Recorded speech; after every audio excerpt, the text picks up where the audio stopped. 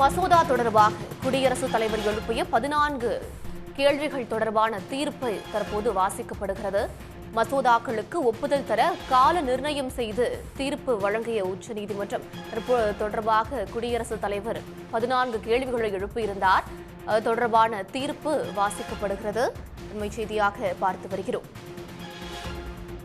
நீதிபதிகள் சூரியகாந்த், விக்ரம்நாத், PS நரசிம்மா, அதுல் சந்துர்கர் அடங்கிய அமர்வு தீர்ப்பை வாசித்து வருகிறது. தொடர்பான காட்சிகளை பார்க்கிறோம்.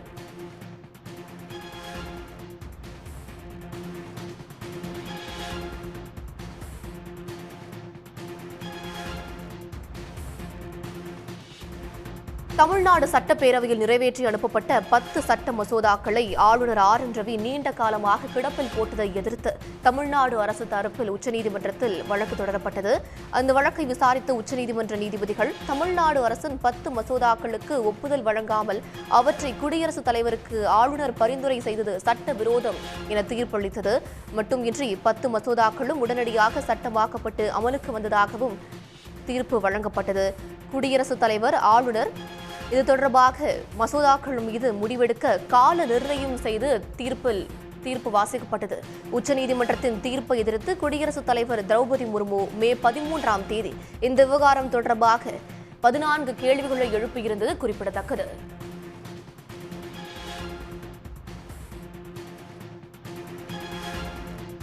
குடியரசுத் தலைவர் எழுப்பிய கேள்விகள் தொடர்பாக 5 நீதிபதிகள் கொண்ட அரசியல் சாசன அமர்வு விசாரணை செய்தது.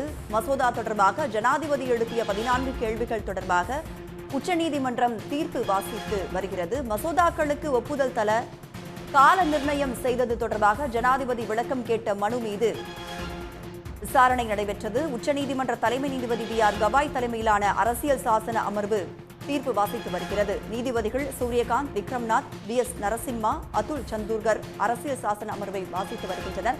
மாநில அரசுகள் அனுப்பும் மசோதாக்களுக்கு ஒப்புதல் தர கால நிர்ணயம் செய்து உச்சநீதிமன்றம் தீர்ப்பளித்திருந்தது. தமிழ்நாடு அரசின் வழக்கில் ஆளுநர் ஜனாதிபதிக்கு கால நிர்ணயம் செய்து உச்சநீதிமன்றம் தீர்ப்பளித்திருந்தது. இந்த நிலையில் மசோதாக்கள் மீது 3 மாதத்திற்குள் முடிவெடுக்க வேண்டும் என ஆளுநர் ஜனாதிபதிக்கு காலக்கெடு விதிக்கப்பட்டது. காலக்கெடு நிர்ணயம் செய்தது தொடர்பாக 14 கேள்விகள் எழுப்பி விளக்கம் கோரியிருந்தார் குடியரசுத் தலைவர். குடியரசுத் தலைவர் எழுப்பிய கேள்விகள் தொடர்பாக 5 நீதிபதிகள் கொண்ட அரசியல் சாசன அமர்வு விசாரித்தது. இந்த நிலையில் மசோதா தொடர்பாக ஜனாதிபதி எழுப்பிய 14 கேள்விகள் தொடர்பாக உச்சநீதிமன்றம் தீர்ப்பு வாசித்து வருகிறது. உச்சநீதிமன்ற தலைமை நீதிபதி VR கவாய் தலைமையிலான அரசியல் சாசன அமர்வு தீர்ப்பை வாசித்து வருகிறது. காட்சியின் வாயிலாக பார்க்கிறோம். நீதிபதிகள் சூரியகாந்த், விக்ரம்நாத், PS நரசிம்மா, அதுல் சந்துர்கர் அரசியல் சாசன அமர்வில் உள்ளனர்.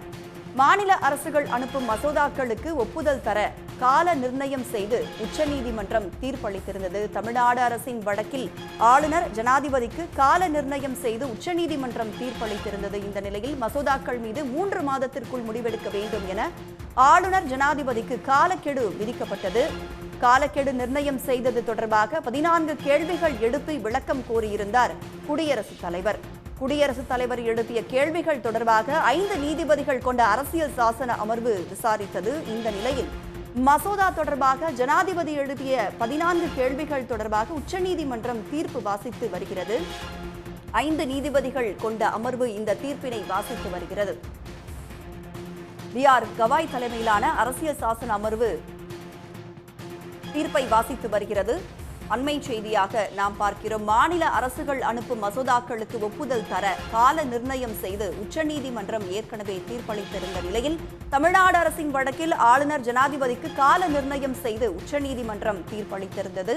மசோதாக்கள் மீது 3 மாதத்திற்குள் முடிவெடுக்க வேண்டும் என ஆளுநர் ஜனாதிபதிக்கு காலக்கெடு விதிக்கப்பட்டிருந்தது. காலக்கெடு நிர்ணயம் செய்தது தொடர்பாக 14 கேள்விகள் எழுப்பி விளக்கம் கோரியிருந்தார் குடியரசுத் தலைவர். குடியரசுத் தலைவர் எழுப்பிய கேள்விகள் தொடர்பாக 5 நீதிபதிகள் கொண்ட அரசியல் சாசன அமர்வு விசாரித்தது. மசோதா தொடர்பாக ஜனாதிபதி எழுப்பிய 14 கேள்விகள் தொடர்பாக உச்சநீதிமன்றம் தீர்ப்பு வாசித்து வருகிறது.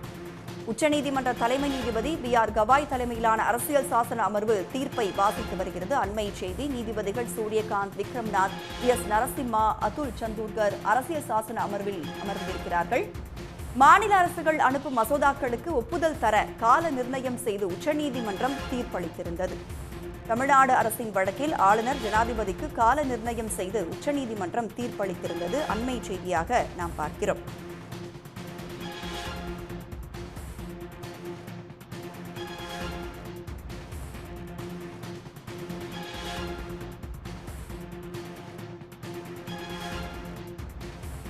சட்டமன்றத்தில் நிறைவேற்றி அனுப்பப்படும் மசோதாக்களுக்கு ஒப்புதல் அளிக்க ஜனாதிபதிக்கும் ஆளுநருக்கும் காலக்கெடு நிர்ணயித்து உச்சநீதிமன்றம் தீர்ப்பளித்திருந்தது. இந்த விவகாரத்தில் ஜனாதிபதி திரௌபதி முர்மு 15 கேள்விகளை சுப்ரீம் உச்சநீதிமன்றத்திற்கு அனுப்பியிருந்தார். இந்த விவகாரம் தொடர்பாக தலைமை நீதிபதி BR கவாய் தலைமையிலான அரசியல் சாசன அமர்வு கடந்த செப்டம்பர் மாதம் 10 நாட்கள் விசாரணை நடத்தியது. செப்டம்பர் 11ஆம் தேதி இறுதி விசாரணை முடிந்த நிலையில் தீர்ப்பு தள்ளி வைக்கப்பட்டிருந்த நிலையில் இந்த மசோதா ஒப்புதலுக்கு காலக்கெடு நிர்ணயித்த விவகாரத்தில் இன்று தீர்ப்பளிக்கப்படும் என்று உச்சநீதிமன்றம் ஏற்கனவே அறிவித்திருந்த நிலையில் தற்பொழுது தீர்ப்பு வாசிக்கப்பட்டு வருகிறது.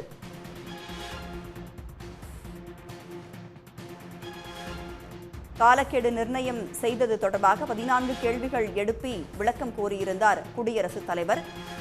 திரௌபதி முர்மு எழுப்பிய கேள்விகள் தொடர்பாக 5 நீதிபதிகள் கொண்ட அரசியல் சாசன அமர்வு தீர்ப்பை வாசித்து வருகிறது. மசோதாவுக்கு ஒப்புதல் அளிக்கவில்லை என்றால் சட்டப்பேரவைக்கு ஆளுநர் திருப்பி அனுப்பப்படுவார் என்றும், நிதி மசோதாவாக இல்லாமல் இருந்தால் அதை சட்டப்பேரவைக்கு திருப்பி அனுப்ப வேண்டும் என்றும், மசோதா தொடர்பாக ஜனாதிபதி எழுப்பிய 14 கேள்விகள் தொடர்பாக உச்சநீதிமன்றம் தீர்ப்பு வாசித்து வருகிறது.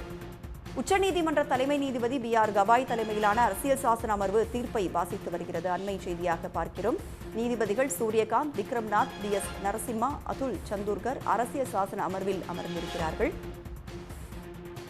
ஆளுநர் நீண்டகால மசோதாவை நிறுத்தி வைப்பது கூட்டாட்சி தத்துவத்திற்கு எதிரானது என்று உச்சநீதிமன்றம் கூறியிருக்கிறது.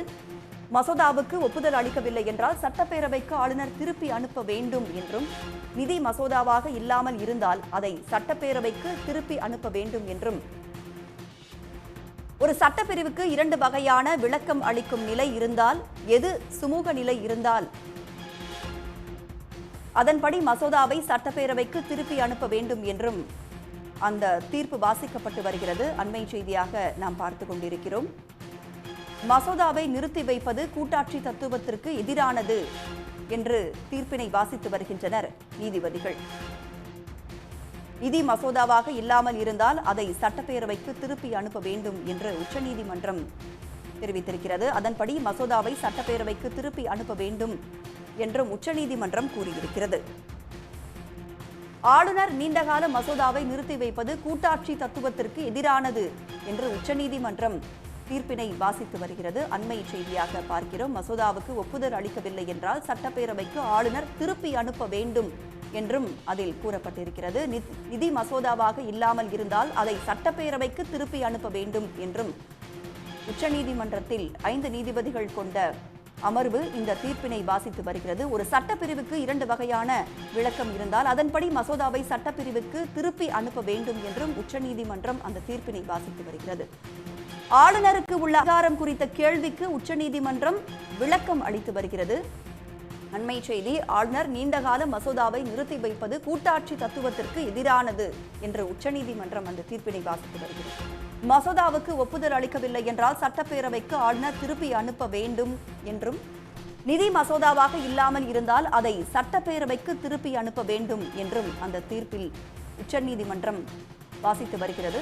ஒரு சட்டப்பிரிவுக்கு 2 வகையான விளக்கம் அளிக்கும் நிலை இருந்தால், எது சுமூக நிலையோ அதை ஏற்க வேண்டும் என்றும் கூறப்பட்டிருக்கிறது. சிறப்பு செய்தியாளர் ரமேஷ்குமார் நம்மோடு இணைந்திருக்கிறார். 5 நீதிபதிகள் கொண்ட அமர்வு இந்த தீர்ப்பினை வாசித்து வருகிறது. என்னென்ன வாதங்கள் முன்வைக்கப்பட்டன? ஏற்கனவே 14 கேள்விகள் கேட்கப்பட்டிருந்த நிலையில் தற்பொழுது அதற்கு 5 நீதிபதிகள் கொண்ட அமர்வு தற்பொழுது விளக்கம் அளித்துக் கொண்டிருக்கிறது. அந்த விளக்கம் தொடர்பான விவரங்கள் ரமேஷ்குமார். குறிப்பாக இது இந்தியாவிலும் மிகவும் முக்கியமான தீர்ப்பாக இது எதிர்பார்க்கப்படுகிறது. காரணம் என்னவென்றால், இதில் ஆளுநருக்கும் குடியரசுத் தலைவருக்கும் முதன்முறையாக ஒரு கால நிர்ணயத்தை, கால கெடுவை விதித்து ஒரு அதிரடியான தீர்ப்பை உச்சநீதிமன்ற நீதிபதிகள் பரிதிவாலா மற்றும் மகாதேவன் அமர்வு வழங்கியது. அதை எதிர்த்துதான் தற்போது அது தொடர்பான கேள்விகளை 14 கேள்விகளை எழுப்பிதான் குடியரசுத் தலைவர் உச்சநீதிமன்றத்தில் அனுப்பியிருந்தார். அது தொடர்பாகத்தான் 5 நீதிபதிகள் உச்சநீதிமன்ற தலைமை நீதிபதி BR கவாய் தலைமையிலான அந்த அமர்வு என்பது விசாரணை என்பதை நடத்தி கிட்டத்தட்ட 10 நாட்கள் இந்த விசாரணை என்பது நடைபெற்றது. அந்த விசாரணையில பல்வேறு வாதங்கள் முன்வைக்கப்பட்டன. அனைத்து மாநிலங்களை சார்ந்த வாதங்கள் என்பதெல்லாம் முன்வைக்கப்பட்டது. குறிப்பாக இந்த ஆளுநருக்கு அரசியல் சாசனம் வழங்கியிருக்க இந்த 200 மற்றும் 200 அதிகாரம் குறித்த விவாதங்கள் எல்லாம் முன்வைக்கப்பட்டது. மசோதாவுக்கு ஒப்புதல் எவ்வாறு அளிக்க வேண்டும் உள்ளிட்ட அந்த வழிமுறைகள் குறித்து விரிவாக விவாதங்கள் எல்லாம் முன்வைக்கப்பட்டது. அது மட்டும் இல்லாமல் அந்த வாதங்களின் போது பல கருத்துக்களையும் நீதிபதிகள் தெரிவித்திருந்தார்கள். ஏற்கனவே இந்த வழங்கிய தீர்ப்பில் நாங்கள் எதிலும் தலையிடப் போவதில்லை என்ற ரீதியில கருத்துக்களையும் தலைமை நீதிபதி அமர்வு என்பது தெரிவித்திருந்தது. மேலும் ஆளுநர் அமைச்சரவை ஆலோசனைப்படியும் அவர்கள் வழிகாட்டுதல்படி தான் நடக்க வேண்டும் என்று அரசியல் சாசன அமைப்பு தெளிவுபடுத்தி உள்ளதையும் அவர்கள் சுட்டிக்காட்டியிருக்கிறார்கள். ஒரு மசோதா அமைச்சரவை மற்றும் தேர்ந்தெடுக்கப்பட்ட உறுப்பினர்களுடைய ஆதரவு இல்லாமல் சட்டமன்றத்தில் நிறைவேற இருக்காது என்ற வாதமெல்லாம் முன்வைக்கப்பட்டது. முதல் பிரச்சனை மசோதா மீது ஆளுநர் என்னென்ன நடவடிக்கைகள் எடுக்கப்பட வேண்டும் என்பது குறித்துதான். ஒரு மசோதா ஆளுநருக்கு அனுப்பி வைக்கப்பட்டவுடன் அதன் மீது முடிவெடுக்க 4 விருப்பங்களை அவருக்கு வழங்குகிறது என ஒரு தரப்பினர் கூறியிருப்பதாகவும் அந்த தீர்ப்பில் என்பது அந்த வாதத்தின் தொடர்பாக நீதிபதிகள் அதை வாதித்து வருகிறார்கள். இன்னொரு தரப்பு 3 வாய்ப்புகள் மட்டும்தான் அவருக்கு இருக்கிறது. அது ஒப்புதல் அளிப்பது, நிறுத்தி வைப்பது அல்லது சட்டமன்றத்துக்கு திருப்பி அனுப்புவது, அதுபோல 2வது முறை மறு நிறைவேற்றம் செய்து அனுப்புவது. ஆளுநர் அந்த மசோதாவை கட்டாயம் ஒப்புதல் அளிக்க வேண்டும் எனவும் கூறியுள்ளதாக அந்த வாத பிரதிவாதங்களை அவர்கள் நீதிபதிகள் தற்போது பாதித்து வருகிறார்கள். குறிப்பாக இந்த தீர்ப்பு என்பது ஒரு 5 நீதிபதிகளும் ஒட்டுமொத்தமாக வழங்கிய ஒரு தீர்ப்பாக தான் பார்க்கப்படுகிறது. ஒரே தீர்ப்பாகத்தான் இருக்கும் என்று எதிர்பார்க்கப்படுகிறது. என்றால் ஒவ்வொரு அந்த தீர்ப்பைத்தான் தற்போது வாதித்து வருகிறார் PN கவாய். ஒரு மசோதாவை நிறுத்தி வைக்கும் பொழுது அதற்கான காரணத்தை தெரிவிக்காமல் இருந்தால் அது கூட்டாட்சி தத்துவத்துக்கு எதிரானதாக இருக்கும் என்று உச்சநீதிமன்ற நீதிபதிகளும் கருத்துக்களையும் தற்போது தெரிவித்திருக்கிறார்கள். ஏற்கனவே இந்த வாத பிரதிவாதங்களின் போது கிட்டத்தட்ட அந்த 14 கேள்விகளையும் திருப்பி அனுப்ப வேண்டும் என்றெல்லாம் குறிப்பாக தமிழக அரசு தரப்பு மற்றும் மற்ற பாஜக அல்லாத மாநிலங்களை ஆளக்கூடிய அரசுகளின் சார்பில் எல்லாம் அந்த வாதங்கள் என்பது முன்வைக்கப்பட்டது. அதன் அடிப்படையில் தான் நீதிபதிகள் தற்போது அந்த தீர்ப்பை வாசித்து வருகிறார்கள். இன்னும் சற்று நேரத்தில் அதனுடைய சாராம்சம் தீர்ப்பினுடைய இறுதி கட்டத்தை தொடர்பான முக்கிய உத்தரவுகள் எதிர்பார்க்கலாம். நாம் மசோதாவை நிறுத்தி வைப்பது கூட்டாட்சி தத்துவத்திற்கு எதிரானது என்று உச்சநீதிமன்றம் தீர்ப்பினை வாசித்து வருகிறது. ஜனாதிபதியின் கேள்விக்கு உச்சநீதிமன்றம் தற்பொழுது விளக்கத்தினை அளித்து வருகிறது. ஜனாதிபதி தரப்பிலிருந்து குடியரசுத் தலைவர் தரப்பிலிருந்து 14 கேள்விகள் கேட்கப்பட்டது. அது 14 கேள்விகள் என்ன என்று நினைவு கூற முடியுமா ரமேஷ்குமார்? இந்த வழக்கை பொறுத்தளவு ஏற்கனவே 2 நீதிபதிகள் அமர்வு தீர்ப்பு வழங்கியது. அதன் அடிப்படையில் தான் அதற்கு எதிராகத்தான் மத்திய அரசு இந்த கேள்விகளையும் எழுப்பியது. முக்கியமாக அந்த கேள்விகள் என்னென்று நாம் பார்க்கும்போது, அதாவது தமிழ்நாட்டில் இதனுடைய பின்னணி என்றது முக்கிய மூல காரணமான இந்த வழக்கினுடைய மூல காரணமே தமிழ்நாடு சட்டப்பேரவையில் நிறைவேற்றப்பட்ட மசோதாக்களை ஆளுநர் RN ரவி நிறுத்தி வைத்து எதிர்த்து தான் இந்த வழக்கு தொடரப்பட்டது. அதன் அடிப்படையில் தான் இந்த வரலாற்று சிறப்புமிக்க தீர்ப்பு என்பது வழங்கப்பட்டது. குறிப்பாக குடியரசுத் தலைவருடைய 14 கேள்விகள் என்று பார்க்கும்போது, அரசியலமைப்பு சட்டத்தினுடைய 200வது பிரிவின் கீழே ஒரு மசோதா ஒப்புதலுக்கு ஆளுநரிடம் சமர்ப்பிக்கப்படும் போது அவருக்கு முன் உள்ள அரசியலமைப்பு விருப்புகள் என்ன என்ற ஒரு முக்கியமான கேள்வியை குடியரசுத் தலைவர் எழுப்பியிருந்தார். அதே போல மாநில அமைச்சரவையினுடைய ஆலோசனைகளுக்கு ஆளுநர் கட்டுப்படுகிறாரா என்ற கேள்வியும் எழுப்பப்பட்டிருந்தது. அரசியலமைப்பு சட்டத்துல 200வது பிரிவின் கீழே ஆளுநர் தனது விருப்பத்தை பயன்படுத்த நியாயமானதா என்ற கேள்வியும் முன்வைக்கப்பட்டிருந்தது. அரசியலமைப்பு சட்டத்தினுடைய பிரிவுகள் 361, 200 கீழே ஆளுநருடைய நடவடிக்கைகளை நீதித்துறை மறு ஆய்வுக்கு உட்படுத்த முடியுமா என்ற ஒரு முக்கிய பிரதான கேள்வியும் குடியரசுத் தலைவர் எழுப்பியிருந்தார்.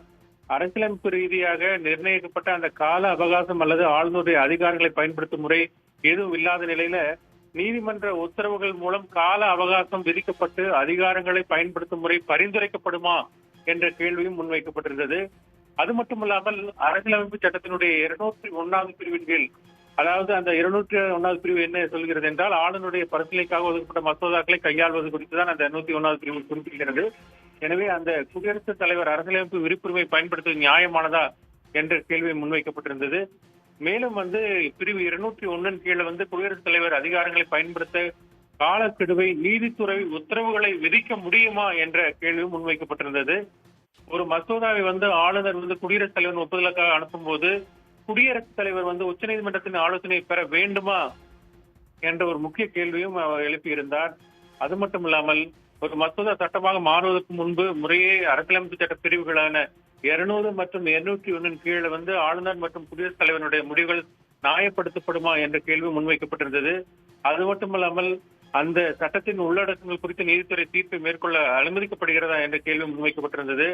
அரசியலமைப்பினுடைய அதிகாரங்களை பிரிவு 142 பயன்படுத்தி நீதித்துறை உத்தரவின் மூலம் மாற்ற முடியும். அதாவது 142 பிரிவு என்பது உச்சநீதிமன்றத்துக்கான அதிகபட்ச உச்சவரம்பு அதிகாரத்தை குறிக்கூடிய அரசியலமைப்பினுடைய பிரிவு. அந்த அதிகாரத்தை பயன்படுத்தி நீதித்துறை உத்தரவின் மூலம் மாற்ற முடியுமா என்ற கேள்வி முன்வைக்கப்பட்டிருந்தது. மேலும் மாநில சட்டமன்றத்தால இயற்றப்பட சட்டம் ஆளுநர் ஒப்புதல் இல்லாமல் நடைமுறையில் உள்ள சட்டமா என்ற கேள்வியும் வைக்கப்பட்டிருந்தது. அரசியலமைப்பு சட்டத்தினுடைய விளக்கம் தொடர்பாக உச்சநீதிமன்ற அமர்வு ஆராய்ந்து பிரிவு 145 உட்பிரிவு 3 கீழே குறைந்தபட்சம் 5 நீதிபதிகள் கொண்ட அமர்வுக்கு இந்த வழக்கை பரிந்துரைக்க வேண்டியது கட்டாயம் அல்லவா என்ற கேள்வியும் வைக்கப்பட்டிருந்தது. பிரிவு 142 அரசியலமைப்பு தற்போதைய அடிப்படை அல்லது நடைமுறைகளுக்கு முரணானதா என்ற கேள்வி முன்வைக்கப்பட்டிருந்தது. ஆக இறுதியாக பிரிவு 137 கீழே அசல் வழக்குகளை தாக்கல் செய்வதை தவிர மத்திய அரசுக்கும் மாநில அரசுக்கும் இடையே முடிவெடுப்பதற்கு உச்சநீதிமன்றத்துக்கு ஏதேனும் தடை உள்ளதா என்ற 14 கேள்விகளை எழுப்பியிருந்தது. அதன் அடிப்படையில் தான் அந்த 5 நீதிபதிகள் கொண்ட அந்த அரசியல் சாசன அமர்வு என்பது அமைக்கப்பட்டு ஏப்ரல் மாதம் முதல் தொடங்கப்பட்ட அந்த விசாரணை என்பது கிட்டத்தட்ட 10 நாட்கள் நடைபெற்றது. அதில் தான் வாத பிரதிவாதங்கள் எல்லாம் முன்வைக்கப்பட்டு தற்போது அந்த தீர்ப்பு என்பது வாசிக்கப்பட்டு வருகிறது. அதுல தற்போது மாநில சட்டமன்றங்களால நிறைவேற்றப்பட்ட மசோதாக்களுக்கு ஆளுநர் காலவரையின்றி ஒப்புதலை நிறுத்தி வைக்க முடியாது என்ற ஒரு தீர்ப்பு என்பது வழங்கப்பட்டிருக்கிறது. மேலும் இந்தியாவில கூட்டாட்சியில ஆளுநருக்கு ஒரு மசோதா தொடர்பாக அந்த அவையுடனான வேறுபாடுகளை தீர்க்க பேச்சுவார்த்தை செயல்முறையை மேற்கொள்ள வேண்டும் என்றும் இடையூறு விளைவிக்கும் அணுகுமுறை மேற்கொள்ளக்கூடாது என்றும் அந்த தலைமை நீதிபதி அந்த தீர்ப்புல கருத்தை தெரிவித்திருக்கிறார். அரசியலமைப்பு சாசன பிரிவு 200 கீழே மசோதாக்கள் மீது முடிவெடுக்க ஆளுநருக்கு 3 வாய்ப்புகள் தான் இருக்கிறது. மத்திய அரசு சொல்வது போல் 4வது வாய்ப்பும் இல்லை என்ற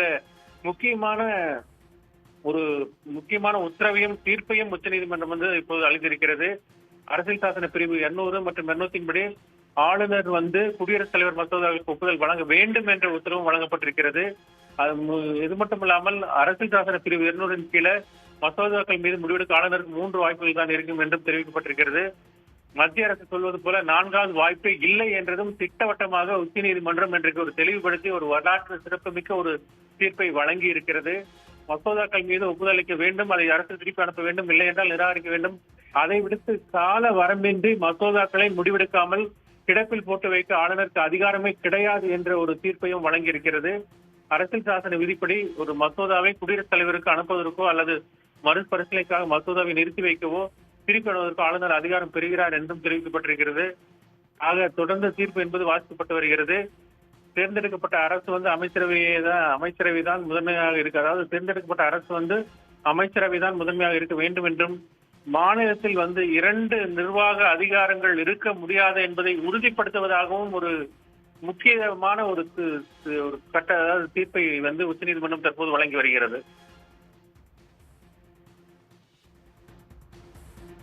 5 நீதிபதிகள் கொண்ட அமர்வு தற்பொழுது தீர்ப்பினை வாசித்து வருகிறது. ஒரு மாநிலத்தில் 2 நிர்வாக அதிகார மையம் இருக்கக்கூடாது, ஒரு மாநிலத்தில் 2 நிர்வாக அதிகார மையங்கள் இருக்கக்கூடாது என்று உச்சநீதிமன்றம் தனது தீர்ப்பினை வாசித்து வருகிறது.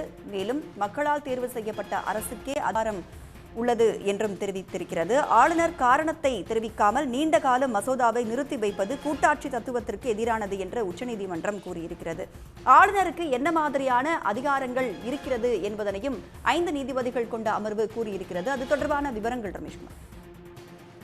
அதாவது இதுல தெளிவாக உச்சநீதிமன்றம் மிக தெளிவாகவே இந்த தீர்ப்பை வழங்கி இருக்கிறது என்றே சொல்ல வேண்டும். ஏனென்றால் இதுல மத்திய அரசு பல்வேறு கருத்துக்களை முன்வைத்தது. அதற்கெல்லாம் அந்த கருத்துக்களில் ஒரு தவிடுபொடியாக்கும் வகையில அந்த தீர்ப்பு என்பது வழங்கப்பட்டிருக்கிறது. ஆளுநருக்கான வாய்ப்புகள் 3 வாய்ப்புகள் தான் உள்ளது என்பதை தெளிவுபட அந்த தீர்ப்பிலே தெரிவித்திருக்கிறது. மத்திய அரசினுடைய அந்த 4வது வாய்ப்பு என்பது இல்லவே இல்லை என்று அந்த தீர்ப்பிலே தெரிவிக்கப்பட்டிருக்கிறது. ஆக மத்திய அரசினுடைய வாதம் என்பது ஏற்க மறுத்துவிட்டது உச்சநீதிமன்றம். மசோதா மக்களுக்கு அந்த ஒப்புதல் அளிக்க வேண்டும், அதை அரசுக்கு திருப்பி அனுப்ப வேண்டும், இல்லை என்றால் நிராகரிக்க வேண்டும். அதை விடுத்து கால வரம்பின்றி மசோதாக்களை முடிவெடுக்காமல் கிடப்பில் போட்டு வைக்க ஆளுநருக்கு அதிகாரமே இல்லை என்ற ஒரு சமட்டி அடிக்கும் வகையில இந்த தீர்ப்பு என்பது வழங்கப்பட்டிருக்கிறது. அரசியல் சாசன விதிப்படி ஒரு மசோதாவை குடியரசுத் தலைவருக்கு அனுப்புவதற்கோ அல்லது மறுபரிசீலனைக்காக மசோதை நிறுத்தி வைக்கவோ திருப்பி அனுப்புவதற்கு ஆளுநருக்கு அதிகாரம் உள்ளது என்று தெரிவித்திருக்கிற உச்சநீதிமன்றம் தேர்ந்தெடுக்கப்பட்ட அரசு அமைச்சரவை தான் முதன்மையாக இருக்க வேண்டும் என்ற கருத்தையும் தெளிவுபடுத்தி இருக்கிறது. ஒரு மாநிலத்திற்கு 2 அதிகார அமைப்புகள் செயல்படுவது எங்களால் ஏற்றுக்கொள்ள முடியாது என்பதையும் உச்சநீதிமன்றம் என்பது தற்போது திட்டவட்டமாக தெரிவித்திருக்கிறது. ஆக இந்த தீர்ப்பு ஒரு முக்கியத்துவம் வாய்ந்த ஒரு அரசியலமைப்பு சார்ந்த பல வரலாற்று சிறப்புமிக்க தீர்ப்பாக பார்க்கப்படுகிறது. ஏனென்றால் இந்த பிரச்சனை என்பது தொடர்ந்து நீண்ட காலமாக இருந்து வந்தது. குறிப்பாக தமிழக ஆளுநருடைய செயல்பாடுகளுடைய கடந்த கால செயல்பாடுகள் அனைவருக்கும் தெரிந்த விஷயம்தான். ஏற்கனவே பல வழக்குகள்ல நம்ம குறிப்பாக பேரறிவாளன் ராஜீவ்காந்தி கொலை குற்றவாளிகள் தொடர்பான வழக்குகள் எல்லாம் இதே உச்சநீதிமன்றம் இதே போலதான் கருத்தை தெரிவித்திருந்தது. அதுக்காக உடனடியாக முடிவெடுத்து உத்தரவிட்டிருந்தது. அதனுடைய தொடர்ச்சியாக மிகப்பெரிய ஒரு முக்கிய தீர்ப்பை வழங்கியிருக்கிறது. மசோதாக்களுக்கு ஒப்புதல் வழங்குவதில் ஒவ்வொரு முறையும் நீதிமன்றம் கருத்தை கேட்க வேண்டியதில்லை என்ற தீர்ப்பையும் உச்சநீதிமன்றம் தற்போது வழங்கியிருக்கிறது. அது மட்டுமல்ல, திரும்ப அது உச்சநீதிமன்றம் தெரிவிப்பது என்னவென்றால், ஆளுநர் மசோதாக்களை நிறுத்தி வைக்க எந்த ஒரு அதிகாரமும் இல்லை என்பதை தெளிவுபடுத்தி திட்டவட்டமாக இப்போது தெளிவுபடுத்தி இருக்கிறது. இந்த தீர்ப்பு என்பது தமிழகத்திற்கு குறித்த மிகப்பெரிய வெற்றியாக பார்க்கப்படுகிறது. ஏனென்றால் ஏற்கனவே இது 2 நீதிபதிகள் கொடுத்த தீர்ப்பையே இந்த தீர்ப்பு உறுதிப்படுத்தும் வகையில் இந்த தீர்ப்பு என்பது அமைந்திருக்கிறது. பரிதிவாளா நீதிபதி மகாதேவன் அளித்த தீர்ப்பை வலுப்படுத்தும் வகையில அந்த தீர்ப்பு என்பது இப்போது உச்சநீதிமன்றம் வழங்கி வருகிறது. ஆக இந்த வழக்கு முழுக்க பின்னணி என்று பார்க்கும்போது தமிழகத்தை பின்னணியாக கொண்டுதான் இந்த வழக்கு என்பது தொடரப்பட்டது. தமிழக ஆளுநருடைய செயல்பாடுகளை கண்டிக்கும் வகையில தான் இந்த வழக்கு என்பது தமிழக அரசு தொடர்ந்தது. அதற்கு மிகப்பெரிய வெற்றியை தற்போது இந்த தீர்ப்பின் மூலம் தமிழக அரசு பெற்றுக் கொண்டிருக்கிறது. ஒன்றிய அரசு கூறுவது போல ஆளுநருக்கு மசோதாக்களை நிறுத்தி வைக்கும் 4வது வாய்ப்பு இல்லை என்று உச்சநீதிமன்றம் கூறியிருக்கிறது. மேலும் ஒன்றிய அரசு தரப்பிலிருந்து என்னென்ன வாதம் பிரதிவாதங்கள் எல்லாம் முன்வைக்கப்பட்டிருந்தது முன்பு? ஒன்றிய அரசுக்கு பல்வேறு வாதங்கள் என்பது முன்வைக்கப்பட்டது. குறிப்பாக அவர்கள் இது போல ஆளுநருக்கு கால நிர்ணயம் செய்ய முடியாது என்ற ஒரு வாதம் என்பது ஒரு முக்கியமான வாதமாக முன்வைக்கப்பட்டிருக்கிறது. இந்த வழக்கை ஆனால் இதற்கு கடுமையாக அப்போது இந்த மனுவை திருப்பி அனுப்ப வேண்டும், கேள்விகளை திருப்பி அனுப்ப வேண்டும் என்ற வாதம் என்பது முன்வைக்கப்பட்டிருந்தது. அப்போதே இந்த வழக்குகளை இதை திருப்பி அனுப்ப வேண்டும் என்ற வாதம் என்பது முன்வைக்கப்பட்டது. குறிப்பாக அந்த அமர்வு முன்பு மத்திய அரசினுடைய வாதம் என்பது என்னவென்றால், வழக்கு மாநிலங்கள் எழுப்பும் ஒவ்வொரு விவகாரத்துக்கும் தீர்ப்பதற்கு உச்சநீதிமன்றம் ஒரு தலைமை ஆசிரியராக இருக்க முடியாது என்று ஒரு மத்திய அரசு ஒரு வாதத்தை வைத்தது. அரசியல் விவகாரங்களை குடியரசுத் தலைவர், பிரதமர், ஆளுநர், முதலமைச்சர் ஆலோசனை மூலம் தீர்க்கலாம் என தெரிவித்திருந்தது. குறிப்பாக இந்த துஷார் மேத்தா, மத்திய அரசின் தரப்பில் ஆஜரான வழக்கறிஞர் துஷார் மேத்தா அந்த மசோதாக்கள் கால வரம்பின்றி நிறுத்தி வைப்பதை நாங்கள் நியாயப்படுத்தவில்லை என்று தெரிவித்திருந்தார். என்றாலும் மசோதாக்களை நிறுத்தி வைக்க ஆளுநருக்கு அதிகாரம் உள்ளது என்று கடந்த 55 ஆண்டுகள்ல நாடு முழுவதும் 20 மசோதாக்கள் மட்டுமே நிறுத்தி வைக்கப்பட்டது என்று அவர் தெரிவித்திருந்தார். 55 ஆண்டுகள்ல மாநிலங்கள் அனுப்பிய மசோதாக்கள்ல 94% ஆளுநர் ஒப்புதல் அளித்து விட்டார் என்றும் அவர் அந்த வாதத்தின் போது தெரிவித்திருந்தார். 1970ஆம் ஆண்டு முதல் 2025ஆம் ஆண்டு வரையிலான அந்த காலகட்டத்துல 16,150 மசோதாக்கள் ஆளுநர்களிடம் அனுப்பப்பட்டதாகவும் அதுல 94% ஒப்புதல் பெறப்பட்டதாகவும் மத்திய அரசு கூறிய அந்த வாதத்தின் போது தெரிவித்திருந்தது. அது மட்டும் இல்லாமல் அரசியலமைப்பு கட்சி பாகுபாட்டின் முறையாக செயல்பட்டு வருவதாகவும் அந்த வாதங்கள் எல்லாம் மத்திய அரசு முன்வைத்திருந்தது. ஆனால் இந்த தீர்ப்பில் அந்த வாதங்கள் எல்லாம் உச்சநீதிமன்றம் ஏற்கவில்லை. அப்படி ஒரு அதிகாரம் கிடையாது என்பதை உச்சநீதிமன்ற தலைமை நீதிபதி அமர்வு PR கவாய் அமர்வு தெளிவாக தெரிவித்திருக்கிறது. தொடர்ந்து மசோதாக்களை அது மட்டும் இல்லாமல் இன்னொரு கருத்தையும் முன்வைத்தது. மசோதாக்களுக்கு ஒப்புதல் அளிப்பதா அல்லது மறுப்பதா, அதை சட்டமன்றத்துக்கு பரிந்துரைகளோடு திருப்பி அனுப்புவதா அல்லது குடியரசுத் தலைவருடைய பரிசீலனைக்கு அனுப்புவதா என்பது முடிவு செய்யும் உரிமையை அரசியலமைப்பு சட்டம் ஆளுநருக்கு வழங்கியிருப்பதாக ஒரு முக்கியமான வாதத்தையும் அந்த மத்திய அரசு அந்த விசாரணை என்பது தெரிவித்தது. ஆளுநருக்கு அதே நேரம் ஆளுநர் ஒரு அப்ரஸ்தாம் போல் செயல்பட முடியாது என்றும் சட்டத்தை கொண்டு வர எதிர்கட்சி தலைவர் என்ற கருத்துக்கள் எல்லாம் அந்த வாதத்தின் போது துஷார் மேத்தா முன்வைத்திருந்தார். ஆனால் அந்த வாதங்களுக்கெல்லாம் பதிலடி கொடுக்கும் விதமாக தற்போது இந்த தீர்ப்பு என்பது வழங்கப்பட்டிருக்கிறது. குறிப்பிட்ட கால அளவில் ஆளுநர் மசோதாக்களுக்கு நிறுத்தி வைக்க ஒப்புதல் அளித்து தீர வேண்டும் என்ற தீர்ப்பை இன்றைக்கு உச்சநீதிமன்றம் வழங்கி இருக்கிறது.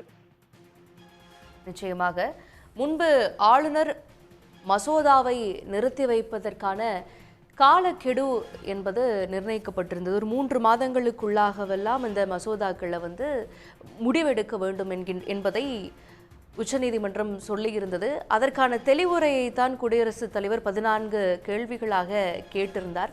அதில் ஒரு முக்கியமான அம்சம் சரத்து 361 படி ஜுடிஷியல் ரெவ்யூவுக்கு வாய்ப்பு இருக்குதா, ஆளுநராகட்டும் குடியரசுத் தலைவராகட்டும் அவர்கள் எடுக்கக்கூடிய முடிவின் மேல் நீதிமன்றம் ஒரு ஜுடிஷியல் ரெவ்யூ செய்வதற்கான வாய்ப்பு இருக்கா என்கின்ற ஒரு கேள்வி முன்வைக்கப்பட்டிருந்ததை பார்க்கிறோம். அந்த கேள்விகள் எல்லாம் இந்த தீர்ப்பில் அட்ரஸ் பண்ணப்பட்டிருக்கா? என்னென்ன விஷயங்கள் அடுத்தடுத்து இந்த தீர்ப்பில் சொல்லப்பட்டுட்டு வருது? அதாவது இறுதியாக இப்ப நம்ம இதற்கு முன்பே பல்வேறு வழக்குகள்ல ஜுடிஷியல் ரிவ்யூ என்ற நீங்க கேட்கக்கூடிய அந்த கேள்விக்கு ஏற்கனவே உச்சநீதிமன்றம் விடையளித்திருக்கிறது. பல வழக்குகள்ல நம் தமிழகத்தை சேர்ந்த ராஜீவ்காந்தி கொலை வழக்கு விசாரணையின் போது நாம் தெரிந்திருக்கும், கிடப்பில் போடப்பட்டிருந்தது. ஆனால் நீதிமன்றம் தலையிட்டு தனது அதிகாரத்தை பயன்படுத்தி 142 கீழ் அதிகாரத்தை பயன்படுத்தி அவர் விடுதலை செய்து ஏற்கனவே இந்த ரிவ்யூ செய்வதற்கு, அதாவது மறு ஆய்வு செய்வதற்கு முடிவுகளை ஆறுவதற்கு அதிகாரம் இருப்பது என்பது ஏற்கனவே பல தீர்ப்புகளில் இருக்கிறது. இதை புதிதாக இந்த தீர்ப்பிலும் அவர்கள் சொல்லித்தான் அந்த கேள்விகளுக்கு அதில் ஒரு கேள்வியாக வைக்கப்பட்டிருக்கும் போது கட்டாயம் அதை தெளிவுபடுத்த விரிவான அந்த தீர்ப்பில் வழங்கத்தான் அந்த தீர்ப்பை வழங்குவார்கள். அதே சமயம் பல வாதங்களை வைத்ததற்கான ஒவ்வொரு வாதத்திற்கும் குறிப்பாக அந்த 2 நீதிபதிகள் அமர்வுக்கான தீர்ப்பை அப்படியே உறுதிப்படுத்தும் வகையில தற்போது இந்த 5 நீதிபதிகள் கொண்ட அமர்வு என்பது தீர்ப்பை வழங்கியிருக்கிறது. மசோதாவுக்கு ஒப்புதல் அளிக்க ஒரு குறிப்பிட்ட கால வரம்பை நிர்ணயிப்பது என்பது அரசியல் சாசனம் வழங்கியுள்ள நெளிவு சுழிவுகளுக்கு முரணாக உள்ளது என்ற கருத்தும் தெரிவிக்கப்பட்டிருக்கிறது. அதே வேளையில வழக்கின் முந்தைய தீர்ப்புக்கு நீதிமன்றம் அந்த செல்லவில்லை என்றும் தெரிவிக்கப்பட்டிருக்கிறது. அதாவது ஏற்கனவே வழங்கப்பட்ட அந்த தீர்ப்பை ஏற்கனவே இந்த வழக்கு விசாரணை நடந்து கொண்டிருக்கும் போதே தலைமை நீதிபதி PR கவா என்ன தெரிவித்தார் என்றால், நாங்கள் ஏற்கனவே அந்த பரிதிபாலா மகாதேவன் அமர்வு அந்த வழங்கிய தீர்ப்புகள் நாங்கள் செல்ல மாட்டோம் என்பதை தெளிவுபட தெரிவித்திருந்தார்கள். அந்த விசாரணையின் போது தெரிவித்து விட்டார்கள். அப்போதே அந்த தீர்ப்பு என்பது அவருடைய தீர்ப்பு என்பது உறுதி செய்யப்பட்ட தீர்ப்பாக கருதப்பட்டது. இருந்த போதிலும் சில கேள்விகளை அந்த 14 கேள்விகளை முன்வைத்ததனால் வேறு ஏதாவது நமக்கு புதிய தீர்ப்புகளை வர வாய்ப்பு இருக்கிறதோ என்ற கருத்து தான் நிலவி வந்தது. உடனுக்குடன் செய்திகளை தெரிந்து கொள்ள சன் நியூஸ் பெல் ஐகானை கிளிக் பண்ணுங்க.